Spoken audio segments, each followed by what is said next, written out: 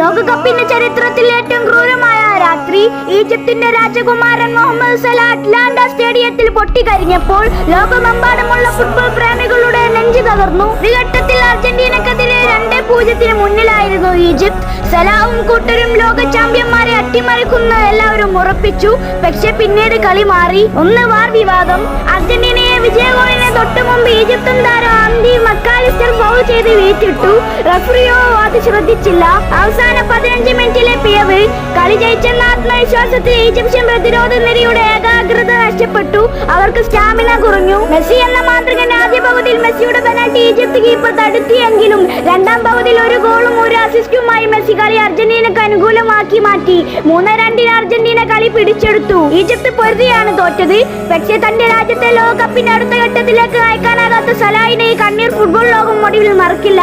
ഈ തോൽവിക്ക് കാരണം റഫറിയുടെ പിഴവാണോ? നിങ്ങളുടെ